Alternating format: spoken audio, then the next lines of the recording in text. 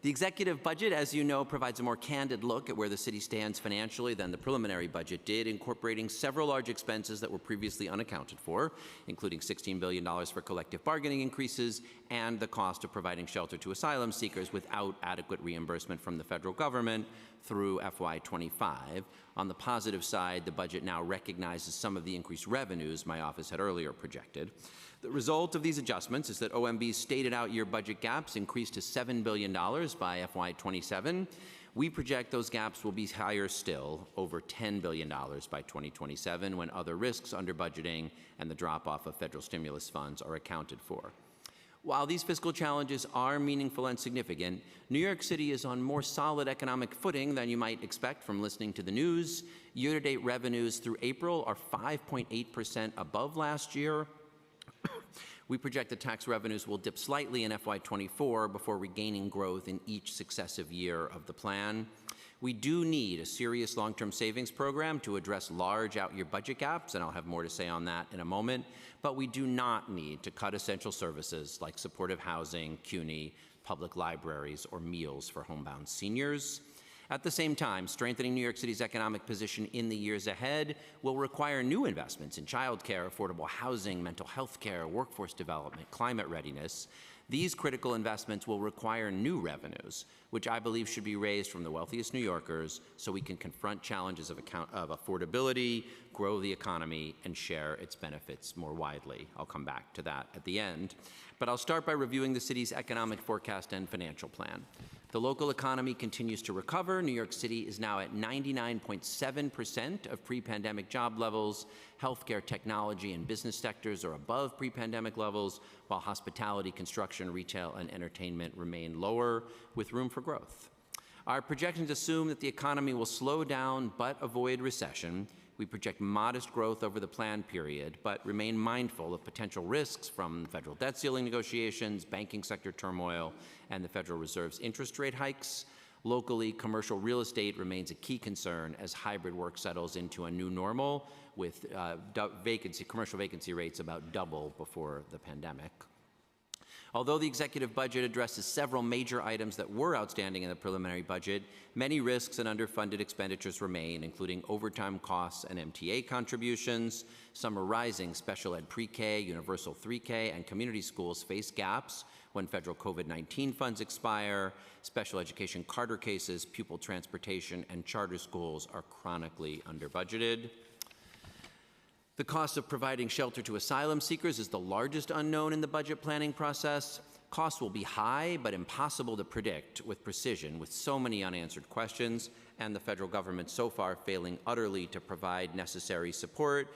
We dig deeply into the question of asylum seeker cost projections and assumptions on pages 68 to 75 of our executive budget report. There's so much good stuff in here. Might have a quiz afterwards. Give somebody bonus if you can explain the very excellent chart 4.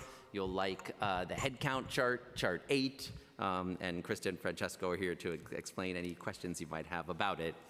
If OMB's current projections for asylum seeker costs and reimbursement prove accurate, then when factoring in our analysis of other risks and adjustments, the Comptroller's Office estimates a fiscal year 24 gap of $2.14 billion, which is roughly in balance with the $1.69 billion fiscal year 23 surplus we project that will be rolled over largely to cover it.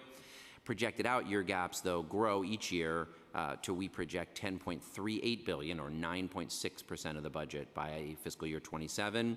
And if more asylum seekers steadily migrate here than projected, if additional state and federal funding does not materialize, and if daily costs remain high, that gap grows larger still to $3.29 billion next year, and then up to as much as $14 billion, or about 13% of the budget, in fiscal year 27.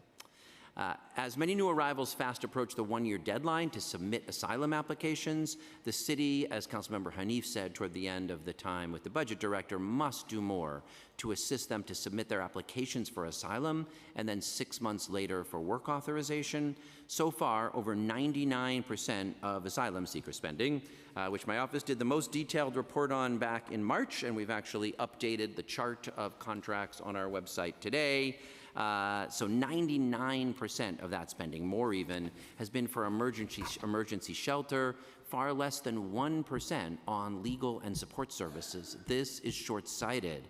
While keeping pressure on Washington and Albany, we must scale up the services that help people get on their feet, enable them to exit shelter, and contribute to our city. I refer you to an article in today's Politico about work that we and a New York Legal Assistance Group are doing, which we must scale up quickly.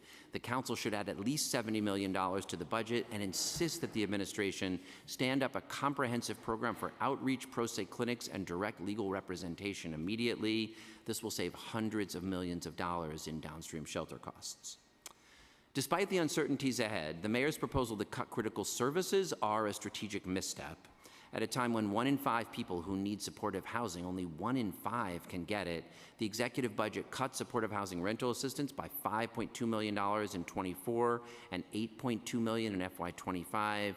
Jordan Neely's killing calls us to improve our existing systems for housing and care for people struggling with mental illness on the streets, not to cut it. Yet additional cuts to DHS of $29 million and DSS of $12 million will reduce funding for human service nonprofits that provide mental health care, substance abuse treatment, child care, and job training. The Department of Correction plans to nix trade skills and financial literacy classes, drug relapse prevention, and reentry services for detained people. These cuts are a risk to public safety. CUNY, as Councilmember Dinowitz spoke to, faces $41 million in additional annual cuts on top of funding reductions totaling $155 million for this year. Half of the city's new nurses and a third of our new teachers graduate from CUNY. I hope the council will follow the governor and the state legislature's example and invest further in proven programs like ASAP, ACE, and CUNY Reconnect. While the administration held public libraries harmless in the PEG, the $21 million cuts from prior PEGs and the failure to baseline last year's council funding means shorter hours and fewer programs for New Yorkers yearning to learn. DFTA, as you have well explored, as Councilmember Hudson explored, plans to cut back on meals for homebound seniors, despite delivering nearly triple the meals in the first 4 months of FY23 compared to last year. And the administration, although I was encouraged to hear the budget director show some optimism for it, eliminated funding for the highly successful Promise NYC program created last year by the council to provide child care for undocumented children.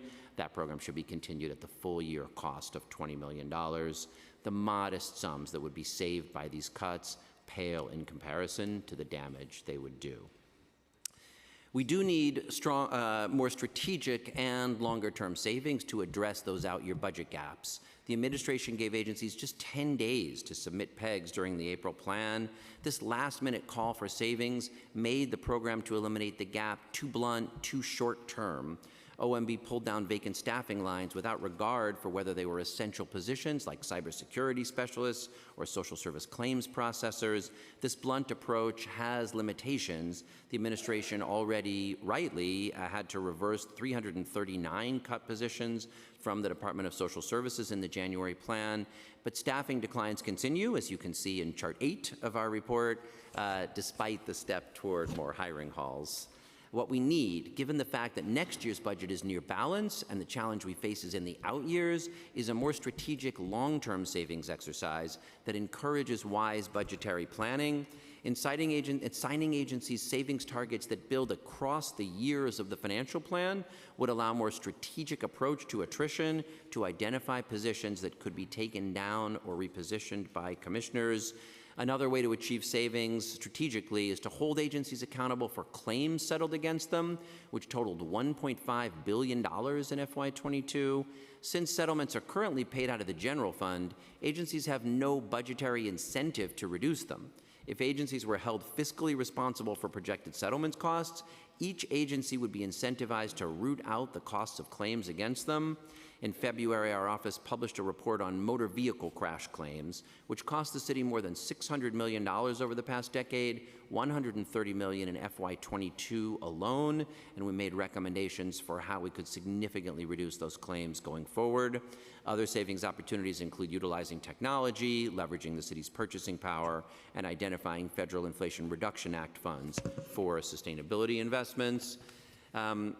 Finally, I urge the City Council to adopt legislation that would require a formula for deposits and the conditions for withdrawals from the rainy day fund. Last year's deposit was the largest ever, but we are still well short of what's needed when the next recession comes. I strongly discourage tapping into those long-term reserves when we still only have 2/3 of what we would need for a recession. What the Council should do is pass legislation that would require codifying formulas for both deposits and withdrawals. Now, as the Council and the Mayor focus negotiations on the FY24 budget in the coming weeks, this is also an important moment to think about the longer-term future. As we emerge from the pandemic to face new uncertainties, we'll need strategic investments to ensure that New York City is a place where people can afford to grow families, to buy homes, to launch new businesses, to create the ideas and culture that make our city the best on the planet.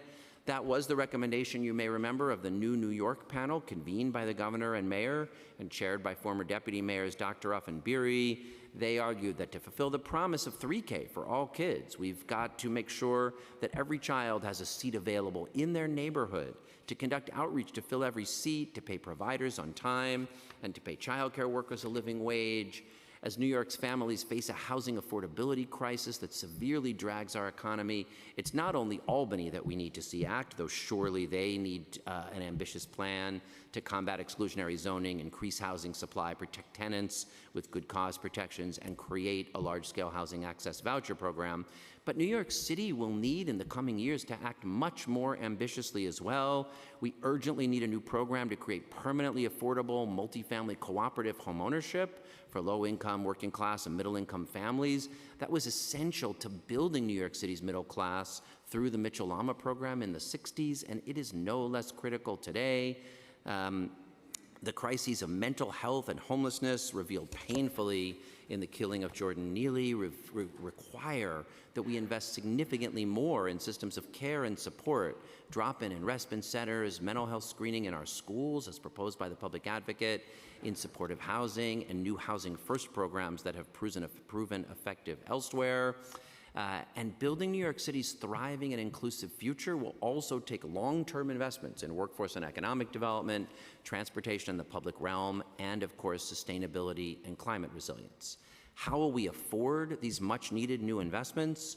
With looming out-year budget gaps and the need to maintain essential services, a savings program alone, while necessary, will not enable us alone to make the ambitious and needed new investments. We will require new sources of revenue. So as we outline in a new brief that we are releasing today, new revenues can and must be both progressive and effective. They should not put an additional burden on low-income or middle-income New Yorkers already struggling with rising costs, but should instead be borne by the wealthiest households who have seen their incomes skyrocket in recent years. For example, our recent monthly economic newsletter revealed that the top 0.02% of New Yorkers, fewer than 1,000 households, saw their incomes grow by $62 billion in the first 2 years of the pandemic, $62 billion. Yet currently, single filers in New York City making $50 million or $5 million or $500,000 face the same marginal city income tax rate as those who earn